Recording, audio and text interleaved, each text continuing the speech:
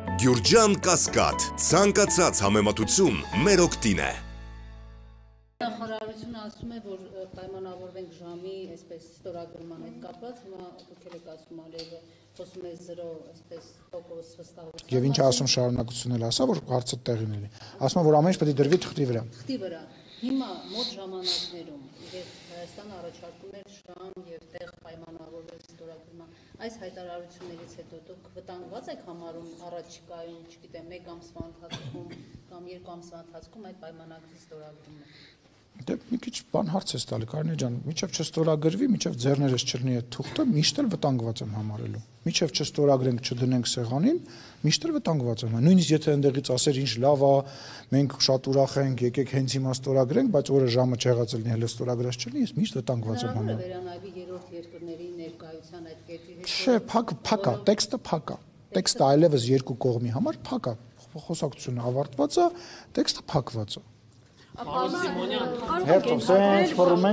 ենք ենթադրել, որ առասարակ ցանկություն չկա այդ պայմանագիրը ստորագրելու, որովհետև երբ համաձայնեցվեց կետերը, անմիջապես հաջորդեց Հաջիևի հայտարարությունը, որ հավելյալ փաստաթղթեր են պետք է փոխհատուցում Հայաստանը պահանջի։ Հիմա Ալիև Հայաստանը տրամադրի Ադրբեջանին իբրև թե 30 տարի օկուպացնելու համար։ Ես կարող եմ հենվել միայն այն բաների վրա, որոնք որ դրված են սեղանին, թե ով ինչ հայտարարություն կանի, ասենք մեր, չգիտեմ, падգամավորներն էլ հաճախ բանես հայտարարություն։ Հիմա վարչապետը 5 հատ խորհրդական ունի, կա շաբաթը մեկը մի տարբեր հայտարարություն, կա փաստաթուղթ, կա քննարկվող տեքստ կոնկրետ, որը քննարկվել է եւ փակվել է, կա հայտարարություն այն կողմից, նախագահի մակարդակով, կա հայտարարություն այս կողմից վարչապետի մակարդակով, մենք հայտարարել ենք, որ սպասում ենք տեղի, ժամի եւ ֆորմատի այդ քննարկումներին, արդեն ընթացս գործերը ոնց կգնան, արդեն տեղակ կլինեն։ Ասում որ Ալիևը նշում է, որ պետք է ոչ միայն Զանգեզուրի միջանցքը տրամադրվի, այլև ապառազմականացված գոտի եւ ապամոնտաժվի սահմանային ռազմական ենթակառուցվածքները։ Այս մասով Հայաստանը ունի հստակ դիրքորոշում։ Հայաստանը հստակ իր դիրքորոշումը վաղուց արտահայտել է, մենք ասել ենք, որ բոլոր ճանապարհները պատրաստ ենք հենց վաղը բացել եւ կոմունիկացիաները բոլոր պետք է բացվեն տարածաշրջանում եւ դա ինչպես միշտ ինչպես բոլոր փաստաթղթերում է երկկողմանի տրամաբանության մեջ պետք է լինի, իսկ սահմանների հետ կապված ապառազմականացված գոտի նաեւ կարող ենք համարել այն գոտին, որը օրինակ ունենք այսօր Կիրանցի տարածքում, որտեղ կանգնած են սահմանապահները։ Ամբողջ երկայնքով Հայաստանի եւ Ադրբեջանի սահմանում պետք է կանգնած լինեն